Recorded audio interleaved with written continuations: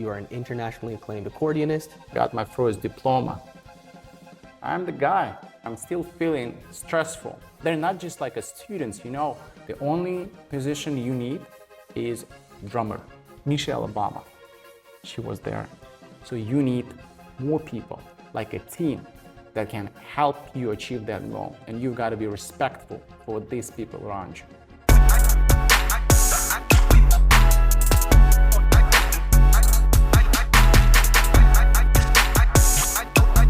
Hello, Aleksei. It's great to be with you today. I see you've got us up on set today. Tell me about what you're working on today. Well, Toma, it's good to see you as well. Well, all these chairs that was brought actually here at 8:30 a.m. So we actually had a video shooting with the orchestra.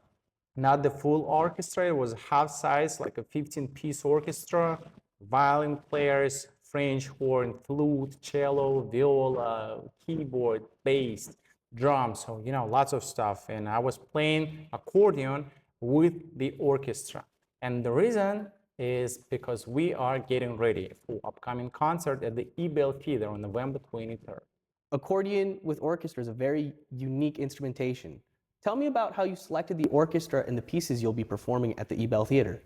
I'm gonna start from the beginning a little bit, because performing with the orchestra, it was my long time dream. When I was maybe like 17 or maybe even 16, at that time I was studying in the music college, and one of our classes was the orchestra class that we had to take.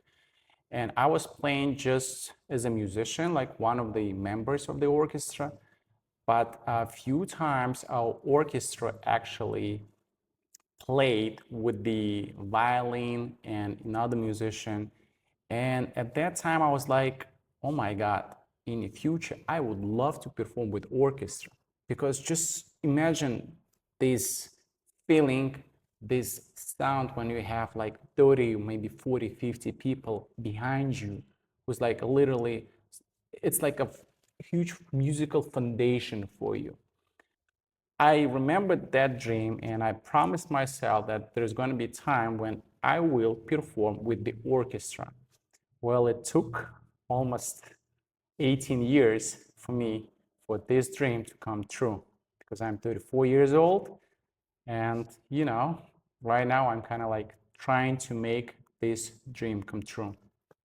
And regarding the music, how we choose the music, especially for this performance. Well, classical music, I guess it's sort of music that you can always win no matter what. Everybody loves classical music. Yeah. And on top of that, it's when you listen to the classical music, you can forget about all routine that's, going on around you. Because these days, people, they live their lives so fast. Like even me, there's like no time to slow down.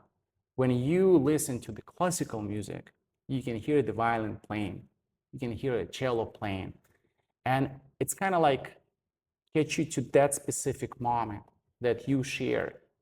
So that was kind of one of the reasons I decided to go with the top classical musical pieces to perform with the orchestra. Very good. You mentioned that you've always wanted to perform with an orchestra. How do you handle the stress of getting yourself ready to perform in front of such a large ensemble and in such a high impact environment? Well, there is a little trick that's gonna maybe help other musicians.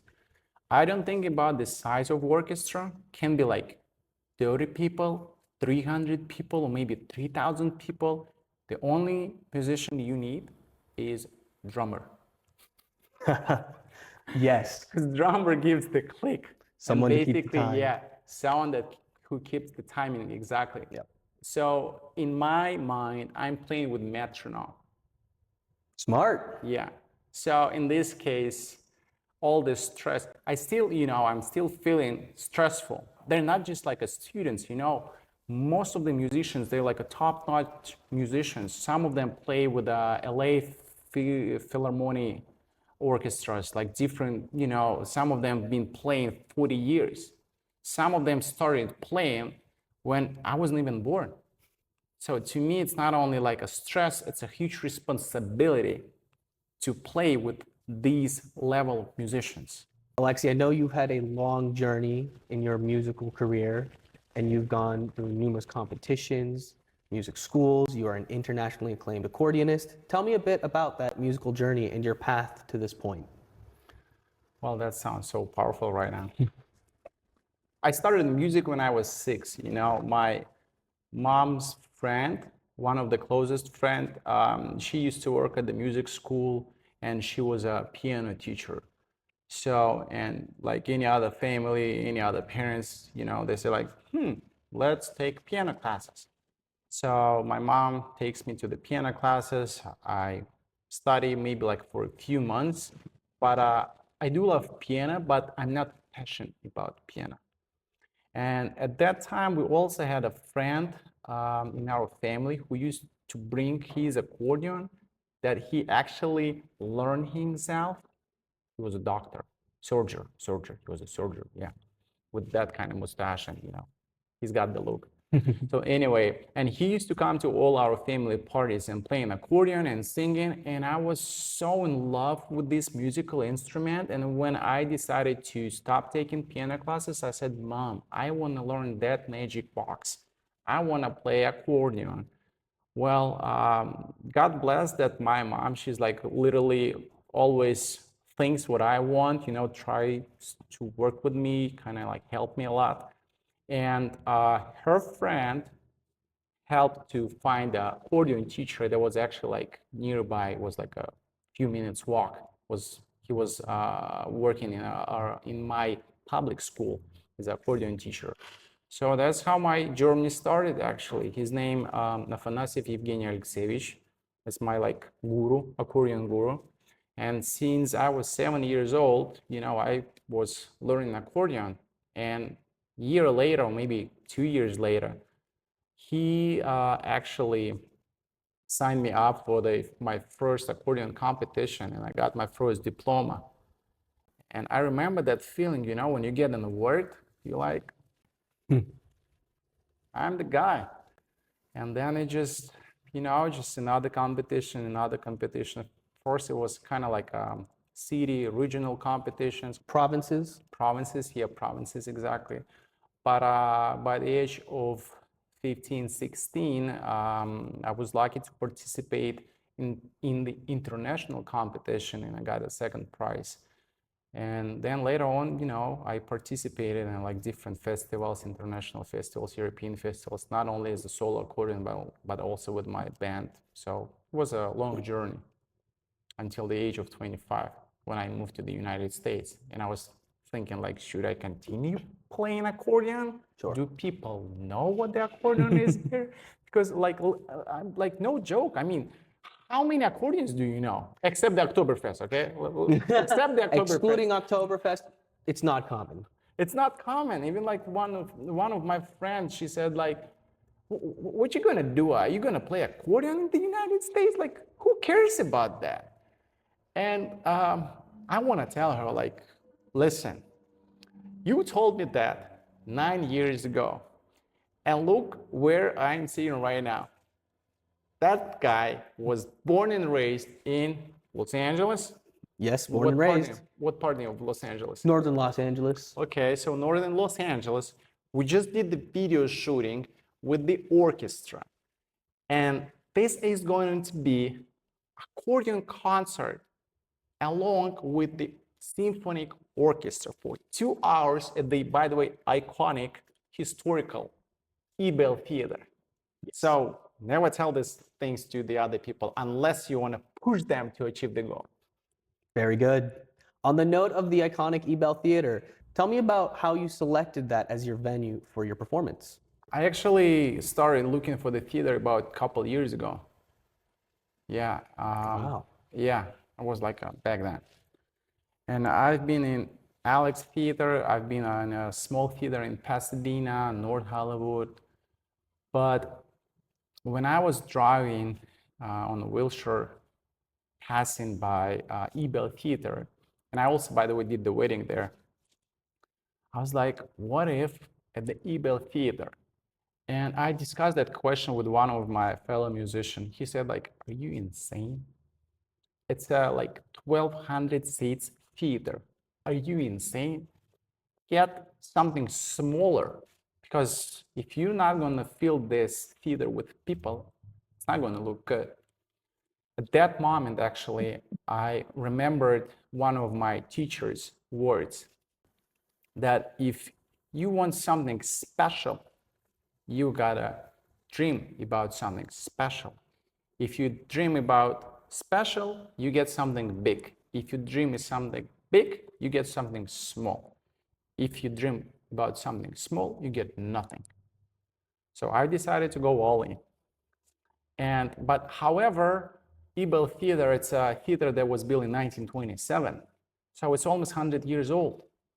And if you look at the list of people who were on that stage, like Michelle Obama, she was there, Sting, Justin Timberlake, Stevie Wonder.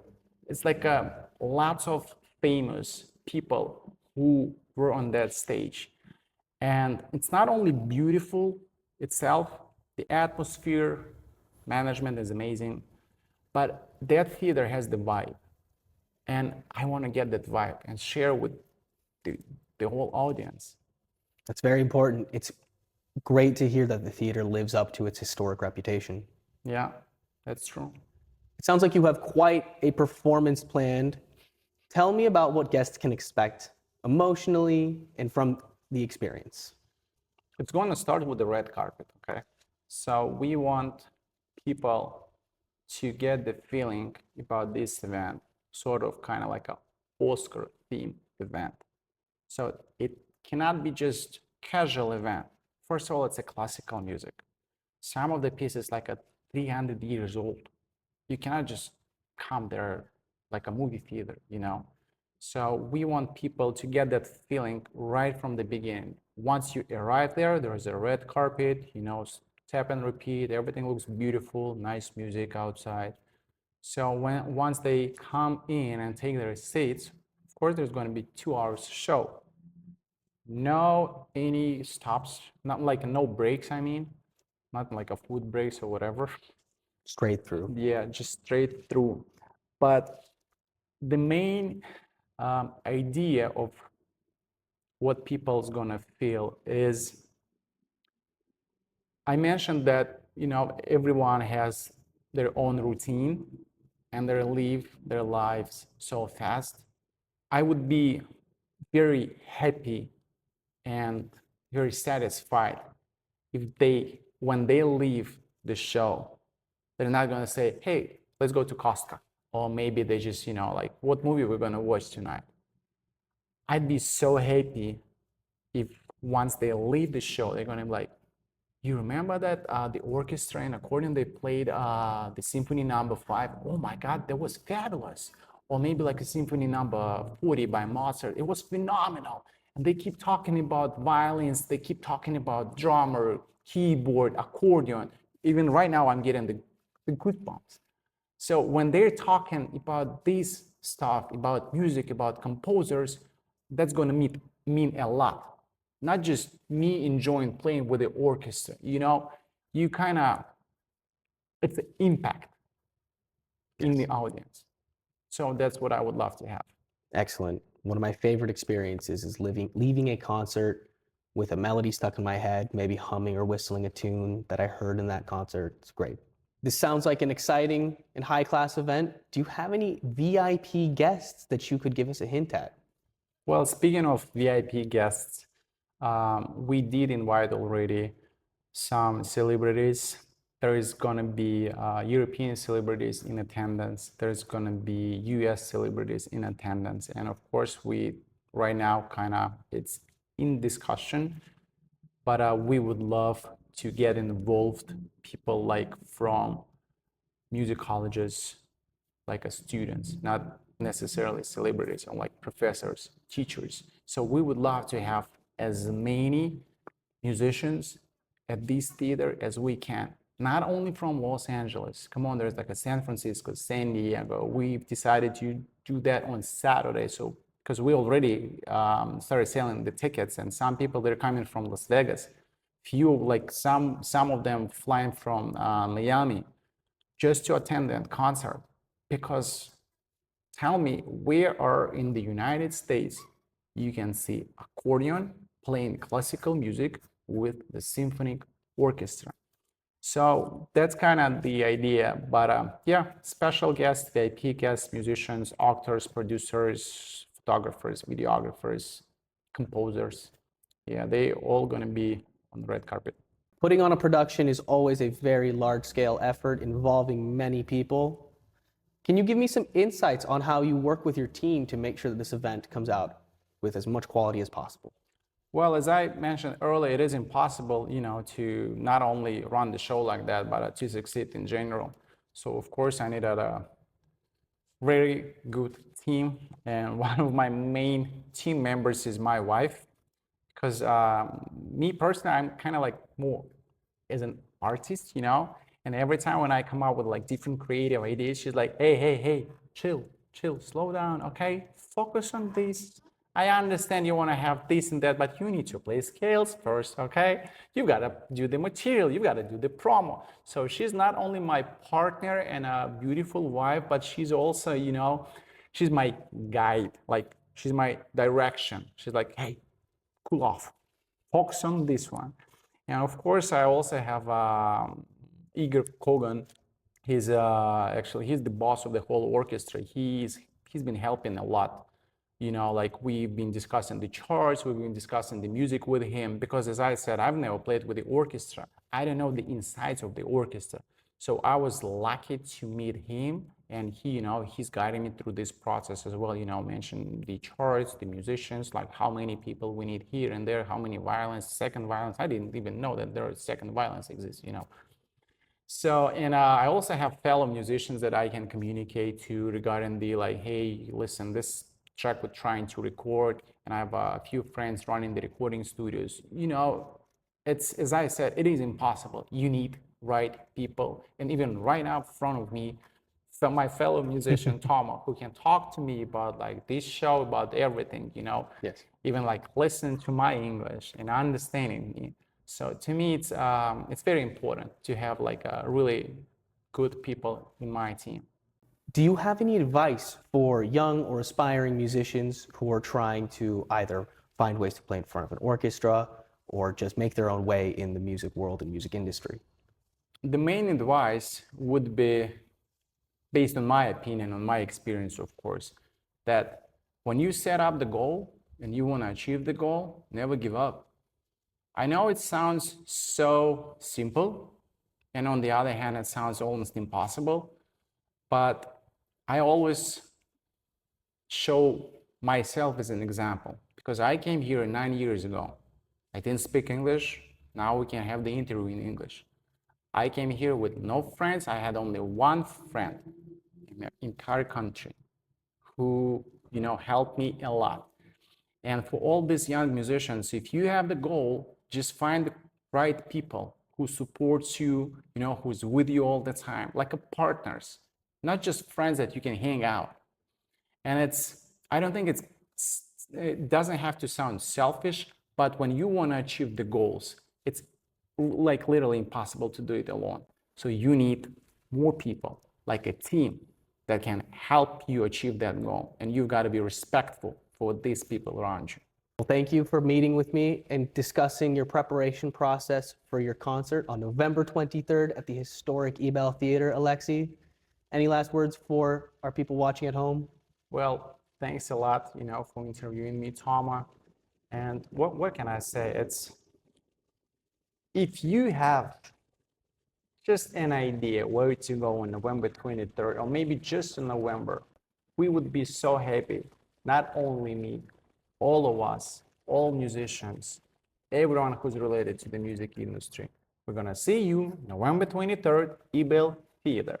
Thank you.